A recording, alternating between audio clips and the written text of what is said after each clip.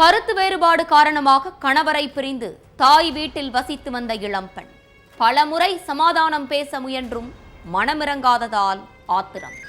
பிரிந்து சென்ற மனைவியையும் எதிராக செயல்பட்ட மாமியாரையும் அடித்தே கொன்று குழி தோண்டி புதைத்த கொடூரம். மனைவி மாமியாரை கொன்றுவிட்டு மாயமாகிவிட்டதாக நாடகமாடிய கொடூரன் போலீசில் சிக்கியது எப்படி? நடுநடுங்க வைத்த பகீர் சம்பவத்தின் பின்னணி என்ன?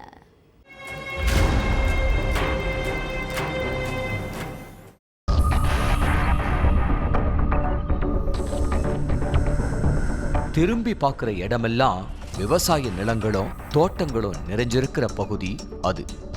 ஊருக்கு பக்கத்துல உள்ள காட்டு பகுதியிலிருந்து திடீர்னு ஒரு காட்டு யானை ஊருக்குள்ள புகுந்துருச்சு. ஊருக்குள்ள புகுந்தது மட்டுமில்லாம அங்க உள்ள தோட்டங்களுக்குள்ள நுழைஞ்சி பயிர்களையும் செடிகளையும் நாசம் செஞ்சிருச்சு. அதுக்கப்புறம் வனத்துறை அதிகாரிகள் வந்து ரொம்பவே கஷ்டப்பட்டு யானைய காட்டுக்குள்ள விரட்டி அடிச்சாங்க. மறுநாள் காலையில அதிகாரிகள் சில பேரு அங்க உள்ள தோட்டங்கள்ல எவ்வளவு சேதம் ஏற்பட்டிருக்கு அப்படிங்கறத பத்தி கணக்கெடுக்க ஆய்வு பணியில ஈடுபட்டாங்க. அவங்க கூட அந்த ஊர் விவசாயிகள், ஊர் பிரதிநிதிகளும் கூட போனாங்க. அப்போ அங்க உள்ள தோட்டத்துல ஒரு ஓரமா பயிர்களும் செடிகளும் சரிஞ்சு கிடந்துச்சு. விவசாயிகள் சில பேரு அதை அப்புறப்படுத்துற வேலையில ஈடுபட்டாங்க. அப்பதான் அவங்க கண்ணுக்கு ஒரு விஷயம் தென்பட்டிருக்கு. ஒரு இடத்துல மட்டும் மண் குவியலா இருந்திருக்கு. அதாவது எதையோ புதைச்சு வச்ச மாதிரி இருந்திருக்கு. அதை பார்த்ததும் அங்க இருந்தவங்களுக்கு சந்தேகம் வந்ததுனால கிராம மக்கள் சேர்ந்து அந்த இடத்தை தோண்டி பார்த்திருக்காங்க. அப்பதான் உள்ள 2 பெண்களோட சடலம் கிடந்தது தெரிய வந்திருக்கு. உடல் முழுக்க ரத்த காயங்களோட இருந்த அந்த 2 பெண் சடலங்களையும் மீட்டு போலீஸ்காரங்க போஸ்ட்மார்ட்டத்துக்கு அனுப்பி வச்சாங்க. அடுத்தடுத்த விசாரணையில தான் அவங்க யாரு, அவங்கள கொன்னது யாருங்கிற எல்லா கேள்விக்கும் பதில் கிடைச்சிருக்கு. ஒடிஷா மாநிலம் முயர்பஞ்ச் நகருக்கு பக்கத்துல உள்ள நொவகான் கிராமத்தை சேர்ந்த 40 வயதான டெபாசிஸ் பத்ரா அப்படிங்கிறவரு அங்க உள்ள ஒரு மெடிக்கல் ஷாப்ல வேலை பார்த்துட்டு இருந்திருக்காரு. இவருக்கும் அதே ஏரியாவை சேர்ந்த ஒரு பெண்ணுக்கும் கடந்த 8 வருஷத்துக்கு முன்னாடி கல்யாணம் நடந்திருக்கு. ஆனா கல்யாணம் முடிஞ்ச கொஞ்ச மாசத்திலேயே 2 பேருக்கு நடுவுல கருத்து வேறுபாடு ஏற்பட்டு ஆளுக்கு ஒரு பக்கமா பிரிஞ்சு போயிட்டாங்க. அது மட்டும் இல்லாம சட்டப்பூர்வமா விவாகரத்து வாங்கிட்டதாவும் சொல்லப்படுது. முதல் கல்யாணம் விவாகரத்துல போய் முடிஞ்ச சோகத்திலேயே பத்ரா ஒரு சில ஆண்டுகள் தனியாவே இருந்திருக்காரு. இதுக்கிடையில கடந்த 2 வருஷத்துக்கு முன்னாடி சோனாலிங்கிற 25 வயசு இளம் பெண்ண 2ஆவதா கல்யாணம் பண்ணியிருக்காரு. ஆனா பத்ராவோட 2வது கல்யாண வாழ்க்கையும் சந்தோஷமா அமையல. சோனாலியோட அப்பா கொஞ்ச வருஷத்துக்கு முன்னாடி உடல்நலம் பாதிக்கப்பட்டு உயிரிழந்துட்டதா சொல்லப்படுது. தாய் சோமந்தி தான் சோனாலிய வளர்த்து கல்யாணம் பண்ணி வச்சிருக்காங்க. சோனாலிக்கு கல்யாணமானதும் அவங்க கணவர் பத்ரா வீட்டுக்கு போயிட்டாங்க.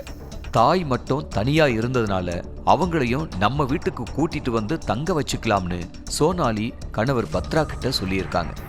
ஆனா பத்ரா அதெல்லாம் வேண்டாம், அவங்க தனியாவே இருக்கட்டும், அவங்கள கூட்டிட்டு வந்து இங்க தங்க வச்சா எங்க வீட்டுல ஏதாச்சும் சொல்லுவாங்கன்னு சொல்லியிருக்காரு.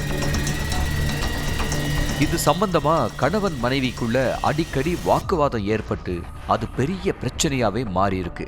ஒரு கட்டத்துல எங்க அம்மா தனியா கஷ்டப்படுறத என்னால பார்க்க முடியாதுன்னு சொல்லி சோனாலி கணவரை விட்டு பிரிஞ்சு தாய் வீட்டுக்கு போயிட்டாங்க.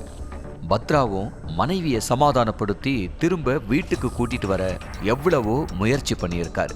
ஆனா சோனாலி தன்னோட அம்மாவை விட்டுட்டு வரமாட்டேன்னு பிடிவாதமா இருந்திருக்காங்க. அவங்க அம்மா சோமந்தியும் சோனாலிய அவங்களோட கணவர் கூட அனுப்பாம தான் கூடவே வச்சுக்கணும்னு நினைச்சதா சொல்லப்படுது. ஏற்கனவே திருமண வாழ்க்கை சரியா அமையாததுனால கடுப்புல இருந்த பத்ராவுக்கு 2வது மனைவி சோனாலியும் அம்மாதான் முக்கியம்னு சொல்லி பிரிஞ்சு போனது கடும் ஆத்திரத்தை ஏற்படுத்தி இருக்கு. சமாதானம் பேச வீடு தேடி போனப்பெல்லாம் சோனாலியும் அவங்க அம்மா சோமந்தியும் சேர்ந்து பத்ராவை அவமானப்படுத்தி அனுப்பியிருக்காங்க. இதனால ஆத்திரமடைஞ்ச பத்ரா அவங்க 2 பேரையும் கொல்லணும்னு முடிவு பண்ணியிருக்காரு. அடுத்து ஒரு முறை என் வீட்டுக்கு வந்து நான் சொல்றத கேளுங்கன்னு கெஞ்சி கூப்பிடுற மாதிரி கூப்பிட்டு மனைவியும் மாமியாரையும் வீட்டுக்கு வர வச்சிருக்காரு. அவங்க 2 பேரும் வீட்டுக்குள்ள வந்ததும் அவங்கள இரும்பு கம்பியாலேயே சரமாரியா அடிச்சே கொன்னுட்டாரு. அதுக்கப்புறம் வீட்டுக்கு பின்னாடி உள்ள ஒரு தோட்டத்துல குழி தோண்டி 2 சடலத்தையும் புதைச்சிருக்காரு. யாருக்கும் சந்தேகம் வந்துடக்கூடாதுங்கிறதுக்காக சடலங்களை புதைச்ச இடத்துல ஒரு வாழைச்செடியை நட்டுட்டு மனைவியையும் மாமியாரையும் 2 நாளா காணும்னு சொல்லி போலீஸ் ஸ்டேஷன்ல கம்ப்ளைண்ட் கொடுத்திருக்காரு. சோனாலியையும் அவங்க அம்மா சோமந்தியையும் போலீஸ் பல இடங்கள்ல தேடி அலைஞ்சாங்க. ஆனா அவங்கள பத்தி எந்த துப்புமே போலீஸுக்கு கிடைக்கல. அதுக்கப்புறம் தோட்டத்திலிருந்து தாய் மகள் சடலங்களை கைப்பற்றினதும் போலீஸ் யாரு இவங்களை கொண்டாங்கன்னு தீவிரமா விசாரணையில இறங்குறாங்க.